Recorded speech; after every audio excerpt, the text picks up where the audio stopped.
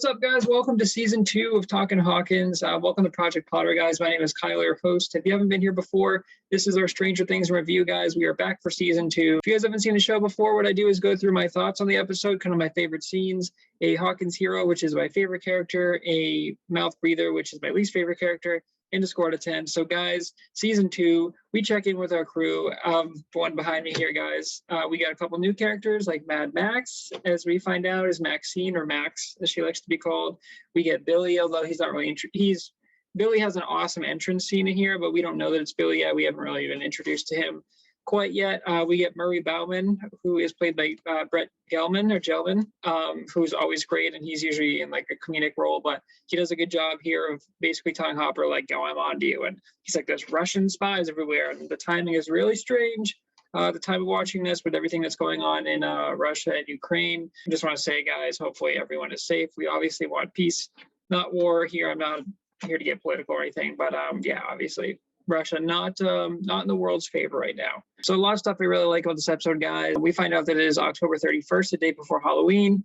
There's a heavy emphasis on not only a scary theme here, but going through and someone's poisoning the pumpkins. We all know that that's not Eugene, as they say. Get introduction to Bob as well, Bob the Brain, as he's called. And I liked Bob initially, and then on the rewatch, I'm kind of like, you're a little too positive for this world, you know. And I know that's his character, but we'll kind of see how we go, see if I like him more as the season goes on, guys. But yeah, we get some new characters. We get obviously checking in on all of our old characters.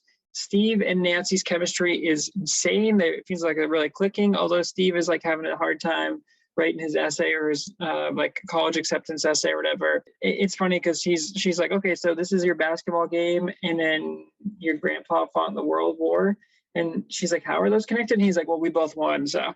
And I'm like, Joe Keery, never change, man. They're just great.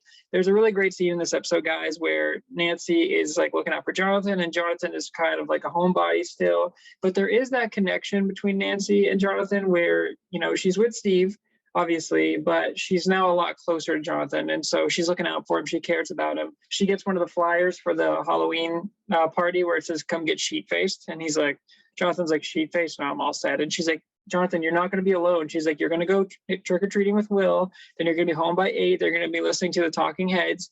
And he's like, "Yeah, sounds like a good night." And she's like, "No." She's like, "You need to go to this party." She's basically like being like, "Dude, you got to get out more." And she cares about him. It's great because they're walking and they have like a nice little like back and forth. And then Steve is over there and he like picks her up and they start kissing and he's like, "Oh, I missed you." And Jonathan kind of walks away because he's like a third wheel. The way that they go like, "Oh, remember Nancy and Jonathan have a connection," but then it's like, but she's with Steve because they have like the real romantic connection. It's more of like a friend thing with Nancy and Jonathan. So I thought that was a really, really great shot. Will Byers is still having a ton of issues with the Upside Down, but what's really cool is that everything's like out in the open, right? So when he has an episode, he has to go see like the scientist. He goes and sees this super nice doctor. Obviously, something's going on behind the scenes there where we see people watching the screens and we know it's not all what it seems to be. But the connection between Hopper and Joyce and Will is cool. I love when they show up and Hopper just says, "Hey, buddy." And he's like, "Hey." And it's like, it's just this nice, like Hopper's not the dad, but he is playing a father figure for sure. And it's really cool how the crew says like, "Oh, Will's quiet," and then Lucas is like, "He's always quiet," and they're like, no, he's quiet because he has to go. And it's really cool because we get Will just seeing stuff of the Upside Down, and obviously we get the kind of preview of the next big villain towards the end of this episode, guys. I'm not going to spoil for anyone who's watching this for the first time.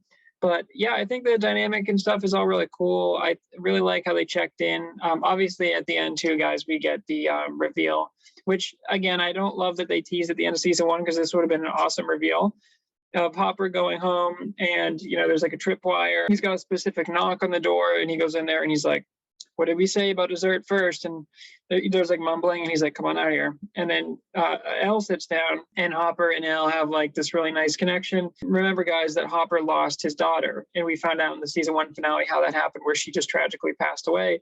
And so this is kind of like a Joel Last of Us situation where Hopper now like gets basically a second daughter or second chance. And so that's really nice. And he's like, "Dinner first," and they have the cutest interactions. We also get parts of Mike where Mike is missing Elle, where he's like waiting on the channel and like, "Elle, are you there? Are you there?" And he's like hoping she'll respond. And then the other kids are like, what are you doing on this channel, Mike? And he's like, nothing, I'm busy. And he's almost like distancing himself a little bit. There's also a fun scene in the beginning, guys. I'm kind of jumping back, I should say, where they're all getting money, and because they're going to play quarters, they're going to play games at the arcade.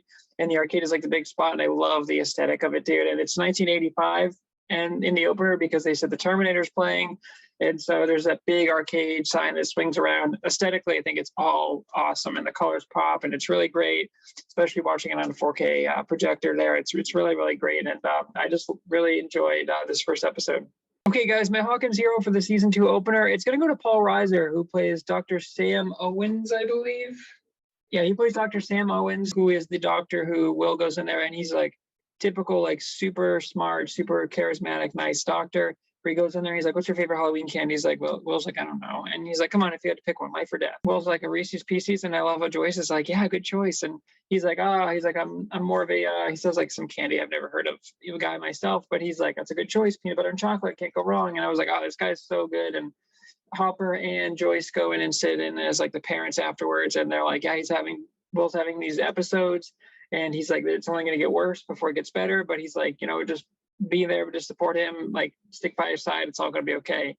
And it's just really great. And he's not in a lot of the episode, but obviously there's something going on there where Hopper's going to leave at the end. And he tells Joyce, like, if it gets worse, call me. And he's like, okay, you call me. And it's like Hopper's looking out for that family, which is nice. But the doctor's like sitting there and he's like waving, and Hopper's like, I know what's up with you, dude. And Hopper's got some trust issues after the CIA stuff. So also one thing I want to mention, guys, before I forget, that I probably should have put in the recap.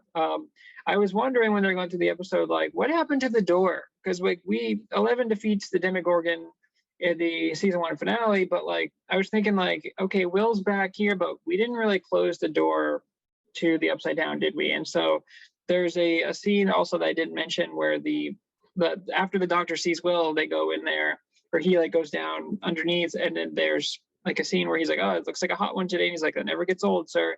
And then they're in the suits here, a little bit different than the season 1 suits. And they've got like a flamethrower, and they're just like, the door is still there. And they're just like flamethrowing every like tentacle and stuff there. So it's like, obviously we're not done with the Upside Down. And of course we see Will's visions like that, but there's something deeper going on there. But I just thought he was awesome as a doctor. And I thought, even though he wasn't in a ton of the episode, I thought he stood out the most, and I thought he was the best character. Okay, guys, my mouth breather for this one, guys, it's Bob the Brain. Bob annoyed me, honestly, and I'm not trying to be like a narcissist or negative or anything like that, but Bob came on and I was just like, dude, I know that's his character, I know. And maybe I'll grow to like him more as the season goes on, but I'm just like, Bob, you're too positive, man. Like, he felt so out of place. Where there's a great scene with Jonathan and Will where they're kind of on the bed together, and it's like kind of reminiscent of when they used to listen to music, and it's really nice to see them together. They're having a conversation, and Will is like, I'm just a freak. And Jonathan's like, yeah, you are. He's like, you're a freak. And Will's like, what? And he's like, but no one normal ever accomplished anything. He's like, it's okay, I'm a freak too. And Will's like, is that why you don't have any friends? He's like, whoa. He's like, I have friends, dude. And Will's like, why are you always hanging out with me then? He's like, you're my best friend. And I'm like, oh, it's so sweet, dude. But then he's like, okay, David Bowie or like Kenny Rogers. It's an easy choice, right? And then Bob goes over, he's like, I love Kenny Rogers. I'm like, and he's like, oh, look, the DVD or whatever. And I'm like, Bob, you're just way in a world that everyone feels so realistic and grounded, and like there's like a sense of danger. Bob is just like over the top positive. I'm like, dude, like, I don't know. And, it's good for Joyce because, he's dating Joyce and she's been through some trouble, and he's a big upgrade from Lonnie. But it's like she went from Lonnie, who was like a terrible, like deadbeat dad, to Bob, who's just like way too positive. And it's like, you need that balance. And that's why you get Hopper, dude. And you can tell Hopper's like, oh, how's Bob the Brain? And she's like, we're good. Like, don't call him that. And Hopper's like, oh, that's good, I'm happy for you. And it's like, you can tell he's not, he's just jealous. And it's like Joyce and Hopper have the real connection there. And it's like, let's see where that one goes. But yeah, I just thought Bob was annoying. And all due respect to the actor, he's just doing his part, and they wrote him that way. And I'm sure a lot of people like Bob, but for me personally, guys, he's my mouth breather for this episode. Okay, guys, that brings us to the score. This is an 8.7 for me. This is a good episode to kind of kick off season 2. I love the Billy entrance, and I'm excited to get more of that. I thought that was season 3, so I'm glad that it was actually season 2. Obviously, the introduction to Max and how the boys are like fascinating with her, I think is really interesting. And they're like, oh, she skateboards, she's so awesome. And they're like, girls don't play video games. How did they get the high score? And then they go and like Lucas and Dustin go and spy on her, and Dustin does that like thing where he's like, she won't be able to resist these pearls. He's like, oh, I can't do the tongue roll, guys. But everyone we know and love is back, and they are true to their characters, and certain things like we see Steve and Nancy go together. It's like nice to see them as like a real couple. And then, but it's like they also tease that Jonathan triangle, love triangle there. And then the crew is back, but we don't really see them like playing Dungeons and Dragons. We don't really see them like going through business as usual, because things are different now, and Will is still having episodes, and Mike is still missing out. And it's just really nice that Hopper is kind of, things are going well for him, but now he's got to worry about Murray. And so there's a lot of interesting elements at play here. And so I think between the score and just the visuals, I think obviously the production value is always so high, but I think it's a good episode for season 2 to kind of, again, introduce some new characters into the already existing strong cast.